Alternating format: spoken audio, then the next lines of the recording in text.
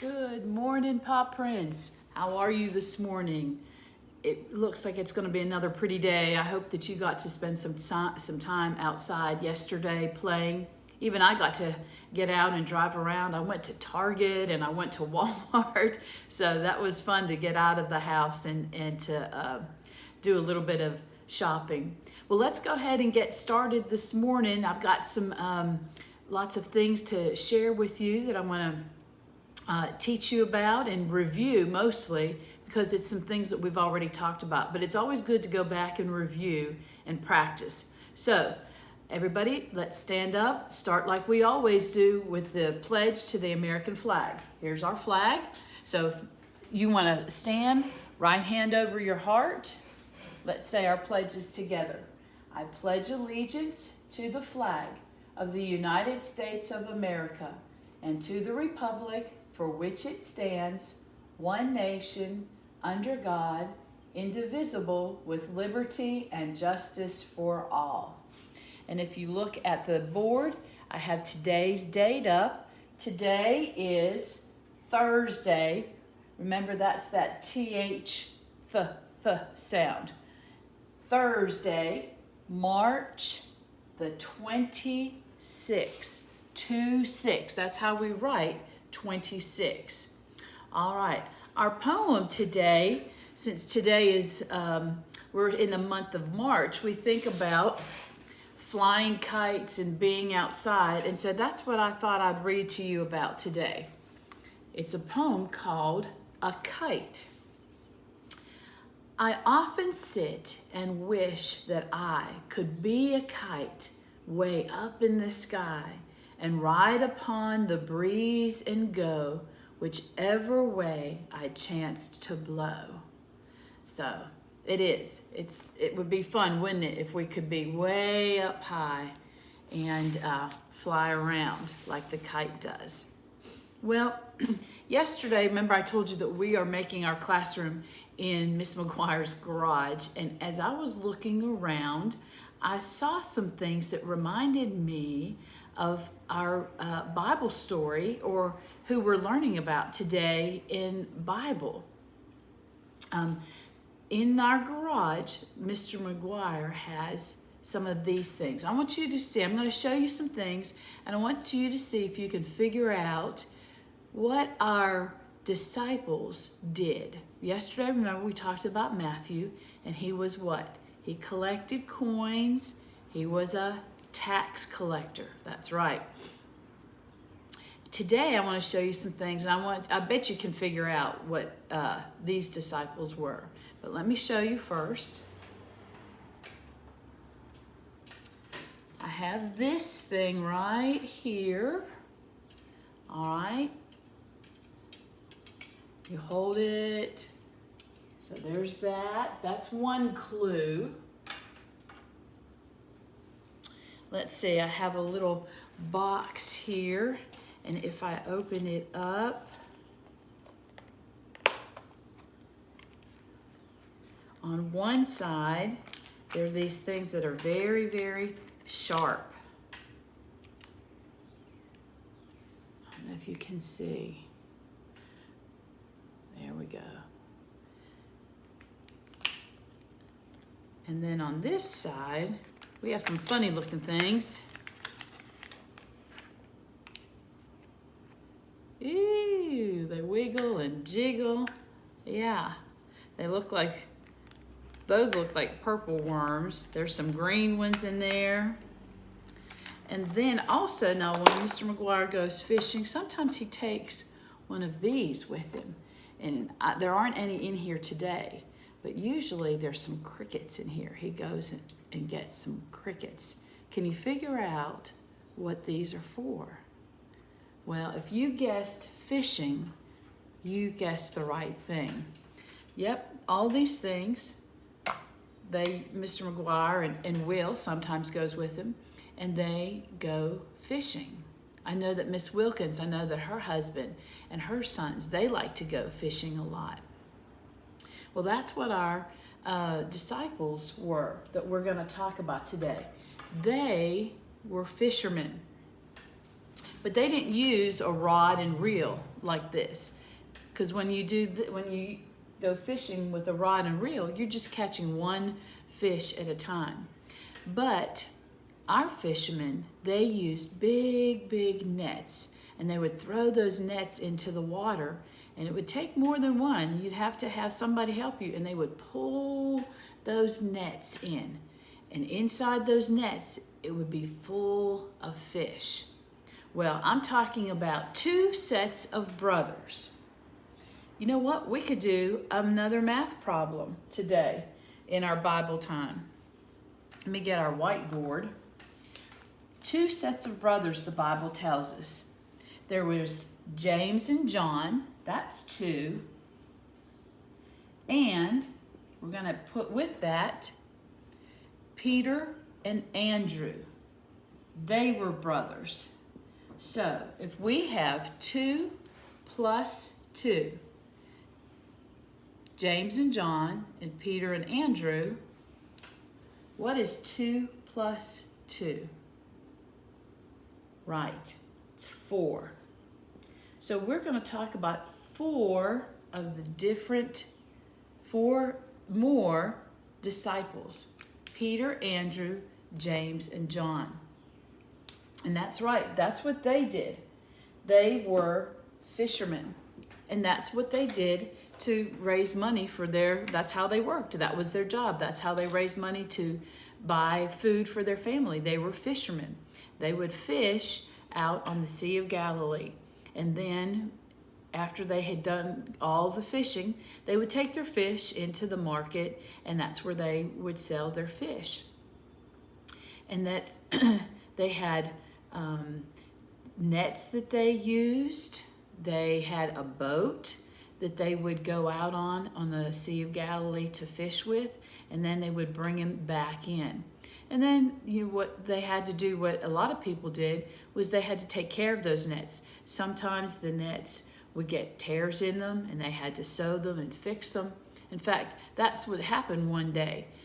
Peter and Andrew, James and John, they were on the beach. They had been fishing, and the next day they were mending their nets. They were taking care of their nets. They were fixing them and tying them where maybe they had some broken string or rope. I don't know what they used to make the nets, but somebody came walking along, and who do you think that was? That's right, it was Jesus.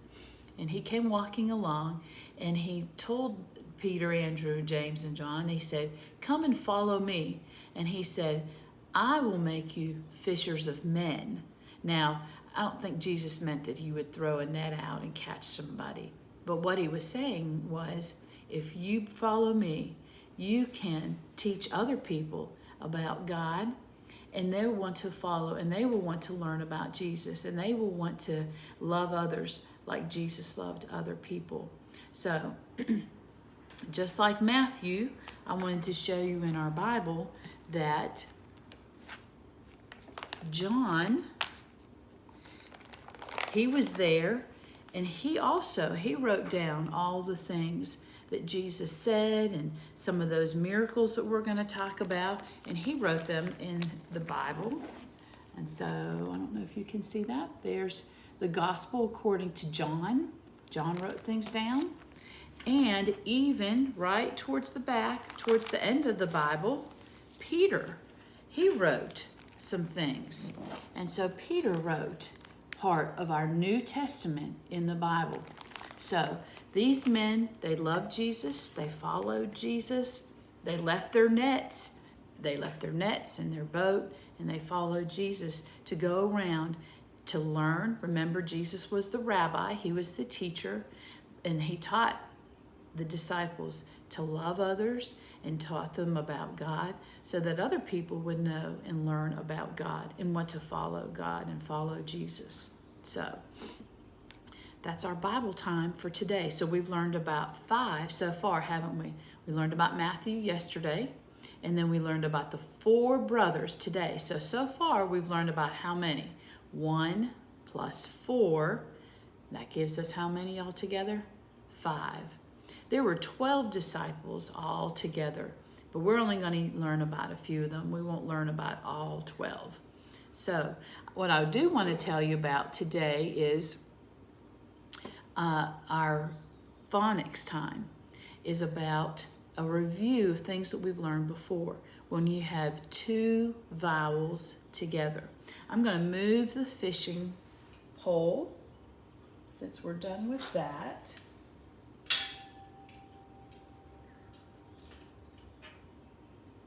And I'm going to stand up so that you can see. I don't want to block the my little flowers I have to move. I want you we're going to look at our board, our blackboard, and take a look at these words and see if you can remember when two vowels are together, what happens. All right, let me stand up and let's take a look at our words.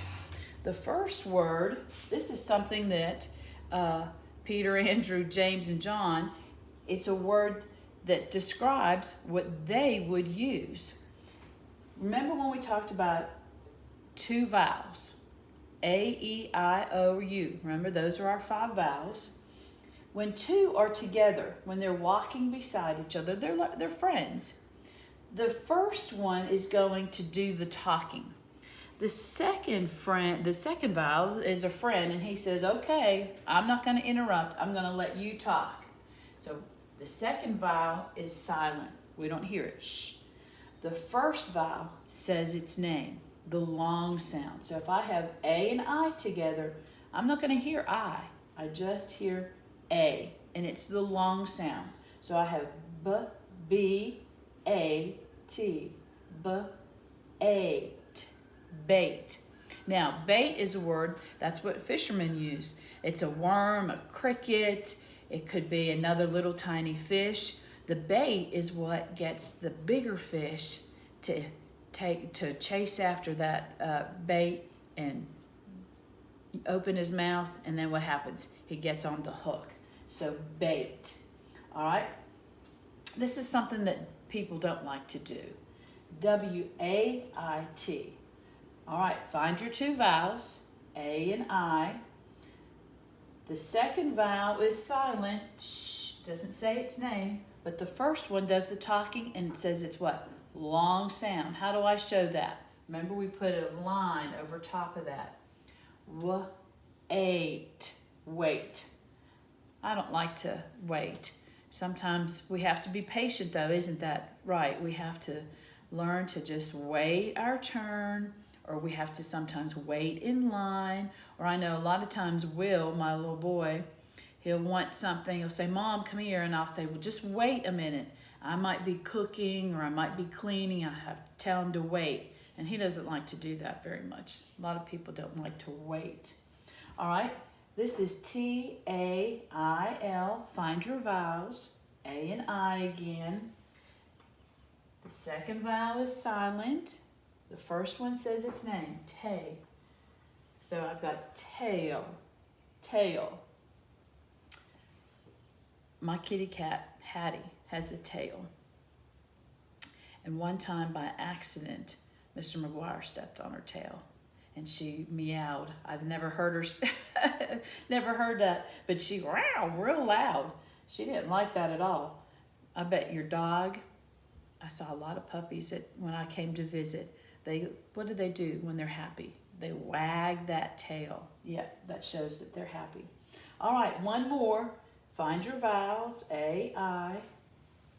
Second vowel is silent. First one says it's long sound, A, I, rain. Oh, rain. We have had a lot of that. So, but today, the sun is out again. And so hopefully it'll be another pretty day and you can go outside for a little bit and get some sunshine and some fresh air. All right, we're gonna change vowels. I'm gonna turn this a little bit so that you can see. All right. M-E-A-T. Find your vowels, E and A. So A is the second vowel. It's silent. It tells vowel E. You can do the talking. You can do you can make your sound. So it's going to be E, long E. Eat. Meat. Meat. There's all different kinds of meat. Chicken and steak. Will, my little boy, well, he's not little anymore. He's discovered steak, so he likes to eat that. But hamburgers and, all kinds of things. All different kinds of meat. Meat's good for you. All right, here's our next word, T-E-A-M. Find your vowels, E and A. So A is quiet. He says, you can say your name, E. Team. Team. How many of you play on a team? It might be the upward basketball. It might be, the girls might be on a soccer team or softball. I know that some of my boys, I know Oliver, he plays baseball. So you might be on a team. All right, here's another one, E-A. Do you see what we're doing? We're doing all the same so that we can learn and get that into our brain. A is quiet. E says its name. L-E-D. Lead. Lead. Lead. Have you ever played the game following the leader? Or Simon Says and somebody picks you to be the leader? That's this word, lead. And then the last one, find your vowels, E and A. A is silent. E says its long sound. Here's the letter S. Eat. Seat. I'm going to take a seat and sit down. All right? Because I want you to see, you might not see me, but I want you to see the words up here. Last set of words. The first one, B-O-A-T. We have to find our vowels. O and A. So A is silent, quiet. O says it's long sound, O. So B-O-T, boat. All right? Peter, Andrew, James, and John, they all were in a boat. They were fishermen. They were in a boat. Now, this is what a boat does. Here's your vowels, O and A. A is silent. O says its long sound. F-L says full, float, float, right. A boat can float on the water. I think it's amazing. I've watched the news or if you've watched a show and you see those big boats, like the big Navy ships or those big cruise boats. They're so big, and I think, how do they float? A lot of times I would think that they might sink because they're so heavy, but they don't. They float. So the boat can float. What do we call those kinds of words that sound the same? Boat and float. That's right. They're rhyming words, and we hear those in our poems that we read. You can think of a lot of words, I'm sure, that rhyme. Boat and float. And what's the animal that lives on the farm? Well, I don't know how to make a goat sound. Nay, well, that's a horse. I don't know. I don't know what sound a goat makes. Or I can't pretend to be a goat. All right, let's go on to the next word. All right, find our vowels, O and A. There they are again. A is quiet. O says its sound, R-O-D. Here's R, R-O-D, road. All right. Every once in a while, I'm here in the garage and I hear, I don't know if you can hear it, but a car will go up our road. And last one, find your vowel, O and A. A is quiet. O says its long sound.